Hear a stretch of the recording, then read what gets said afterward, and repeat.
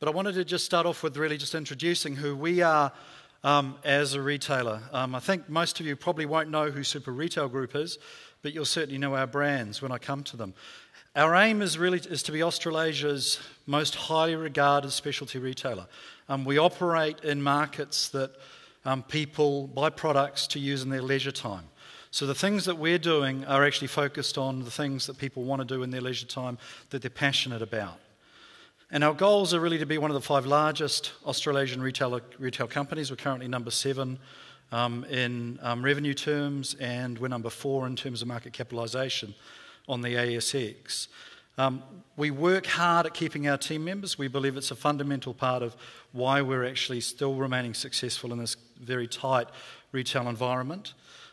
We want to make sure that we really understand what our customers, what enjoyment or what really gets them back into our stores, and we want to make sure that we're doing that much better than our competitors, and we want to make sure obviously return on capital to our shareholders is meeting expectations. So who are we?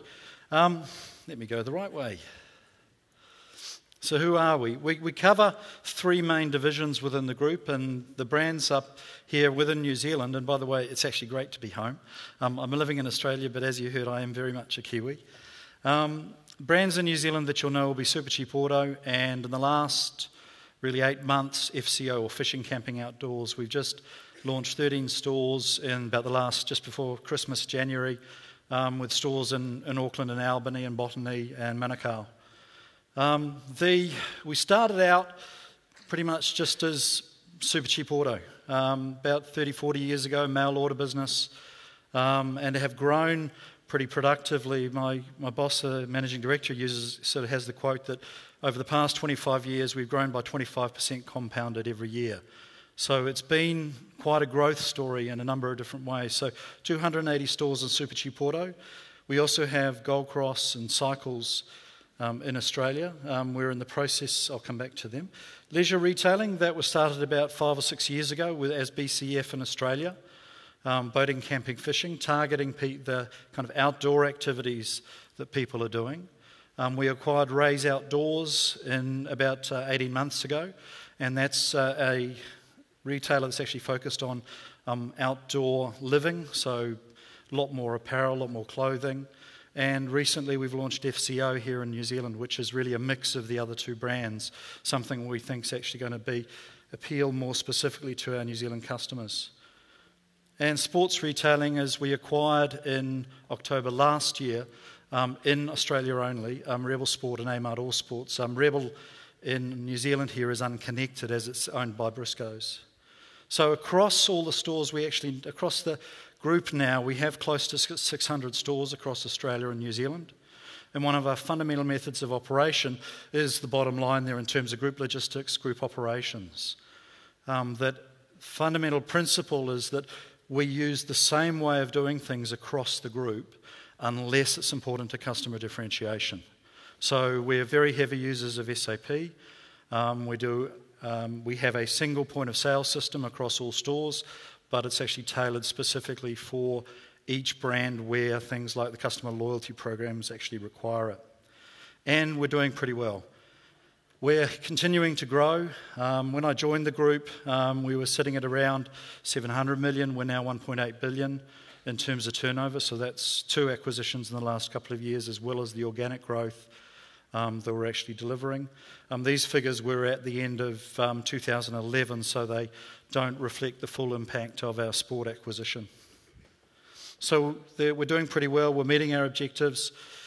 But some of the things that we're having to think about is the impact of the internet, the impact of being able to shop online for the products that customers want, not just in Australia or New Zealand, but obviously overseas.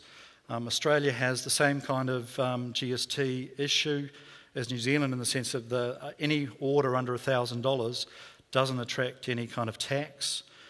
So there's some very strong changing customer preferences actually going on. And we're trying to work through how those are developing and working hard on trying to understand what that means about how we operate our business. And a key part of that is obviously mobility and the mobile use of devices. I mean, some of the stats from this morning that we've now crossed over that more mobile devices than PCs, and that's obviously tablets and mobile phones. And the proliferation, really, as I see it, in terms of the mobile ecosystems that are actually out there. And how do these things actually come together in terms of how we've got to go about delivering the right kind of mobile customer experience that actually engages people effectively in what we're doing as a retailer. So I want to start off talking about changing customer preferences. One of the key things that we really believe is physical stores are never going to go away, but their role is going to be significantly different from what it is today. The thing about online is you can only really, and our GM marketing puts this way, you can only really engage two of the senses, sight and sound. In a physical store, you've got a much better opportunity to actually fully engage the individual through all five senses. If you think about going into a bakery and smelling the fresh baked bread, or into a coffee shop, and I love coffee, and that smell of fresh ground coffee, it helps you enjoy that experience. So how do you translate those sorts of things into the kind of hard goods products that we actually sell? So there's going to be a lot more focus on experiential selling, on how do we help people understand and enjoy the products.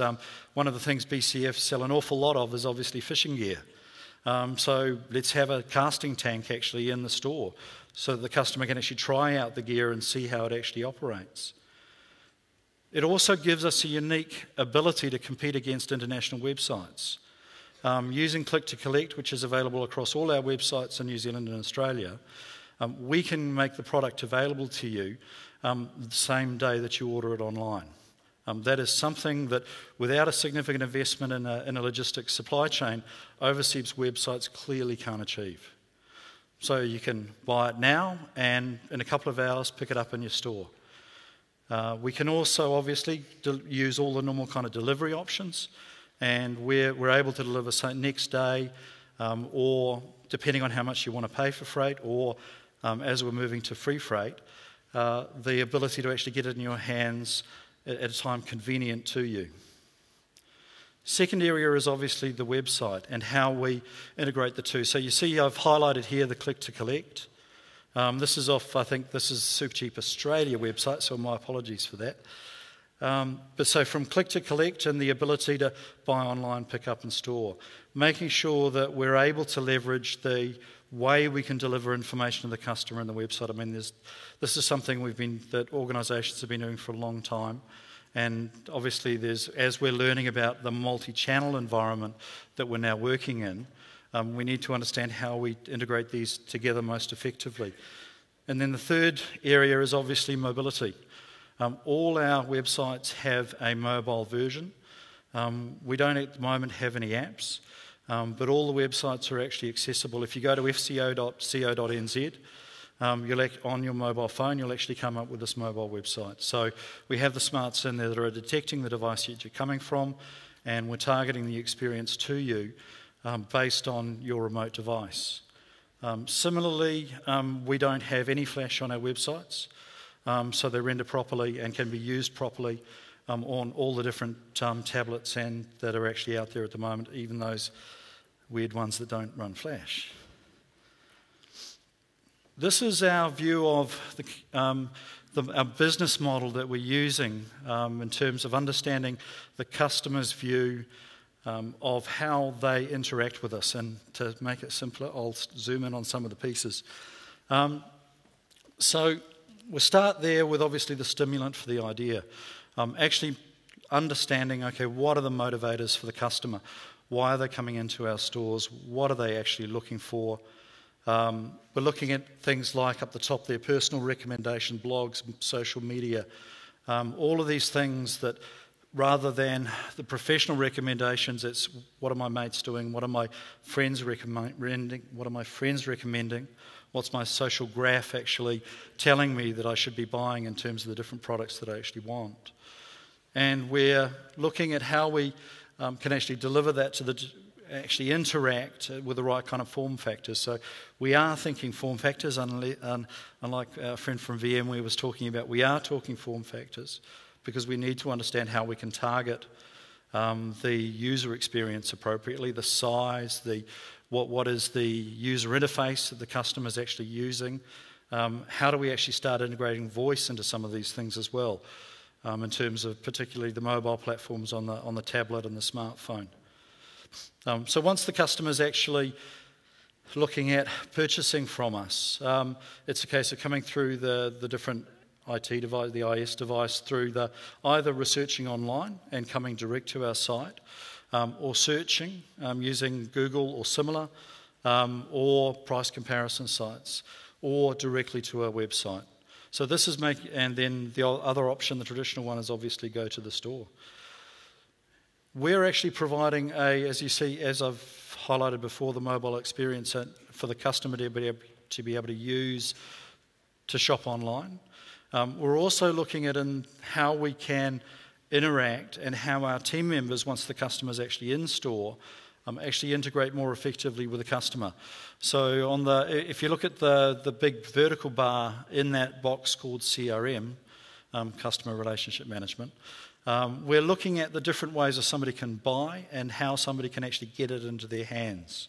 So that we're looking at the top two there are buy in store, take home, and special orders. So somebody can come into a super cheap auto store, for example, and order from one of the 500,000 parts we've got available through the stores as a special order, and that will actually be we can deliver it to the home, or they can pick it up in store later on that week as it becomes available.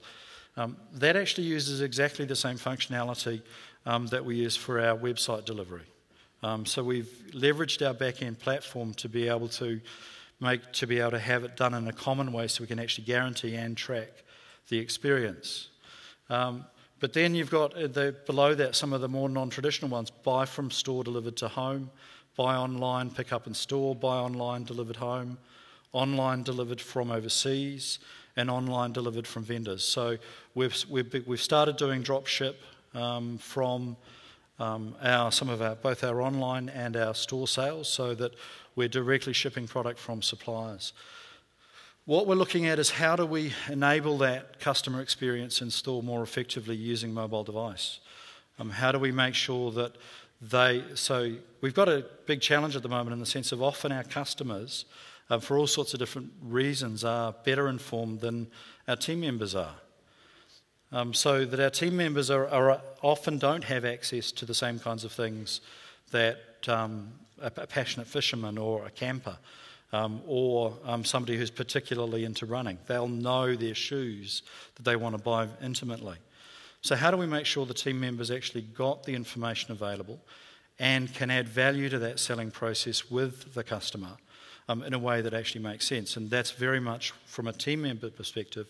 We're actually targeting mobility, so something that helps them make the sale better and gives our customers a better experience in the store, so the information that they're getting is relevant and appropriate and actually useful to them. Similarly, we want to be able to let the customer use their own device, and this is somewhere we've not delivered yet, but we're looking at how we can actually leverage the customer's device. Can we use some of the online functionality that we've got? So click and collect means you buy it online and you pay, say, with PayPal in store or Poly in store, and then you go to the register and you check out your items. So you've already paid for them on your phone, and it's a case then of how do we then let you take the products that you've just purchased out of the store effectively without actually making you feel like a thief while you're doing it. So there's some interesting changes that are going to alter the way physical stores actually operate. Second to last column there is very much about the payment methods. Again, we want to be able to enable people to pay with any type of payment approach or device that they actually want to use. Whether it's NFC, whether it's PayPal, whether it's Poly, whether it's any of the traditional approaches like cash or credit cards. We want to give the customer the option of what they actually use with us. And then obviously at the end of the process, it's around what was their experience? How do we enable feedback, good, bad, indifferent, whatever it is? How do we integrate that into our customer interaction centre? How do we get that in front of our marketing teams? So looking at the kind of mobile environment, and we are doing some work at the moment around the sentiment analysis and tracking what's going on in sites like Twitter and Facebook. But it's pretty early days in reality. I want to talk a bit about the mobile ecosystems, and I remember one of the things I used to criticise people travelling in from overseas heavily for is not having New Zealand relevant data, so I managed to get some. Interesting thing is it shows pretty much a very similar pattern, with one exception to what the international data is actually showing. Symbian, Nokia, the purple line heading straight down, more or less. But the other thing that's interesting for me there is the blue line at the bottom is actually Windows. So again, the fact that there's a big gap in the Windows market at the moment with a new version coming out, but not actually available at scale. iOS running at about the 25% mark. But the big thing remains the amount of fragmentation, the number of different environments. That if you targeted iOS and Android, you probably get 70% of the market at the moment. What about the other 30% of customers? Does that mean they can't have your mobile experience? Without us actually then developing something, if we want to go down the app route, something in all those different environments, we're going to be choosing to ignore a relatively significant segment of our market, whichever way we go. So I've got a pretty cynical view of these different markets, and there's kind of my summary that do you want to choose a single operating system and a number of versions with the highest handset, market share and lightly controlled app ecosystem? So don't forget you're quite vulnerable to malware, although they are doing some things to actually improve that environment.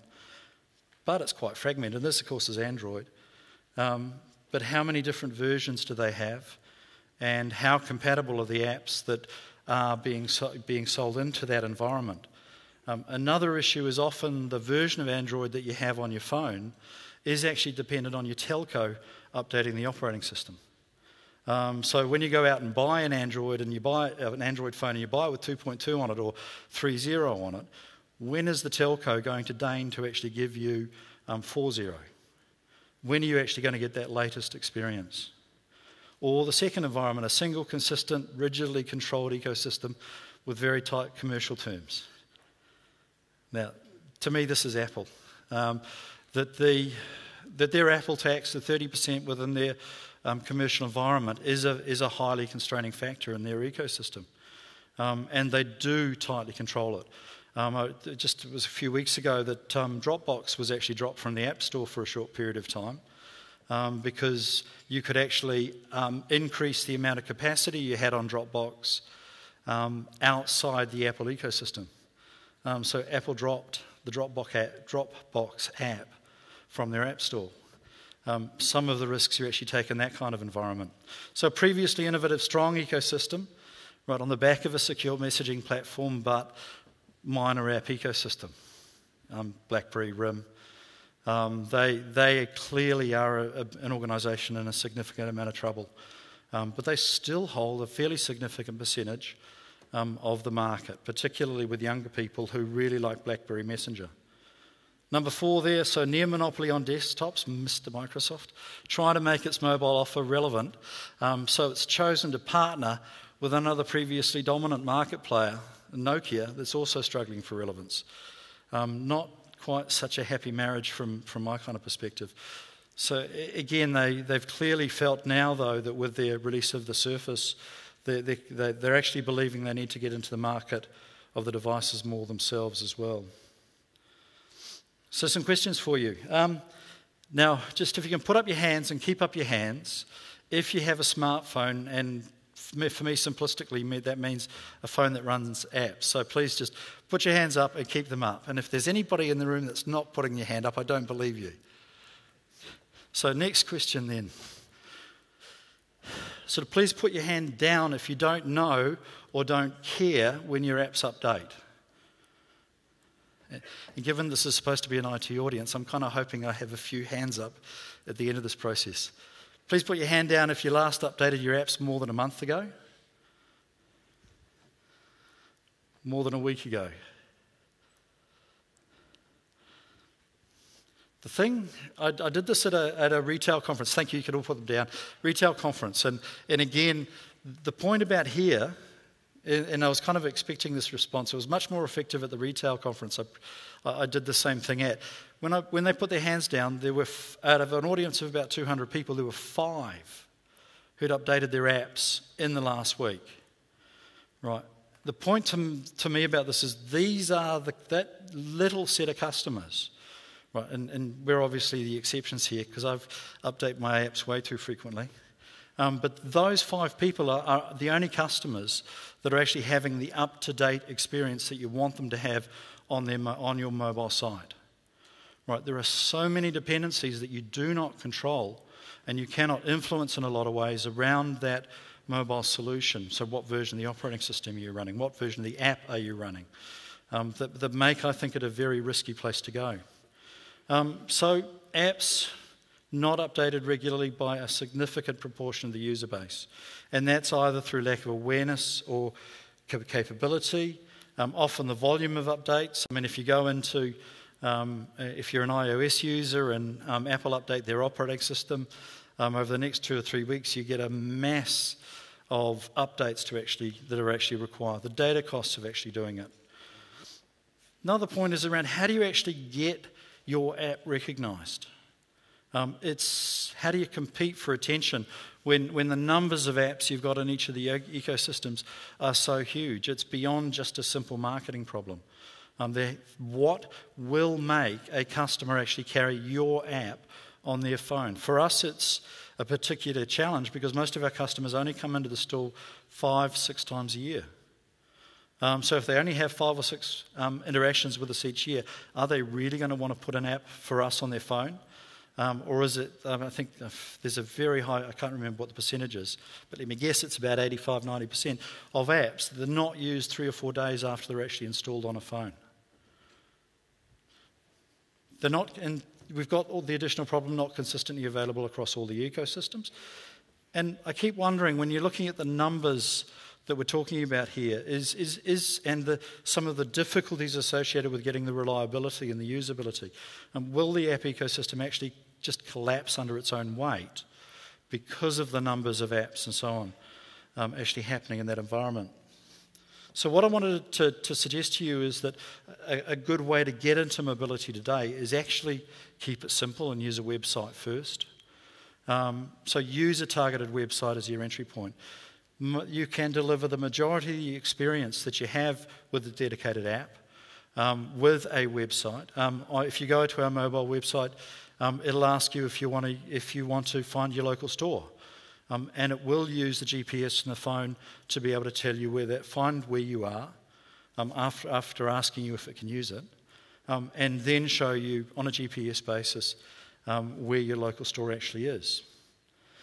It's usable across all ecosystems. The only thing you've got to worry about is really the form factor of the device you're actually targeting it at. How big's the screen? How's the user going to interact with the app or with the actual website? Does it work in a touch environment? Are the areas you're trying to click on in the mobile site actually big enough for my fat fingers? A key thing for us is URLs don't open apps. If you're doing search, if you're looking through Google or Bing or any of the other search engines, and you get a link to our website, it cannot open the app. It can only take you to the website. And then I now see an increasing number of websites actually tell you, okay, I can see you're browsing from a tablet, so do you want to download the app? Well, actually, no, I don't, so stop bothering me. And every time you go to the website, they ask the same question over and over again. So I don't stop going to those websites at the moment. But URLs don't open apps. And the website gives that customer the immediate interaction. You don't have to download the app, wait for it to download, wait for it to install. There are places, though, obviously, where a native app is going to remain important. You can still deliver a guaranteed performance when it's running on the local device. It's very difficult to do that over a pure website. And you can obviously put a lot more around the device APIs. So the accelerometers and some of the other things that are more difficult to access when you're just doing it from a website. So just in summary, we're working hard at the moment to really understand the desired customer and team member experience.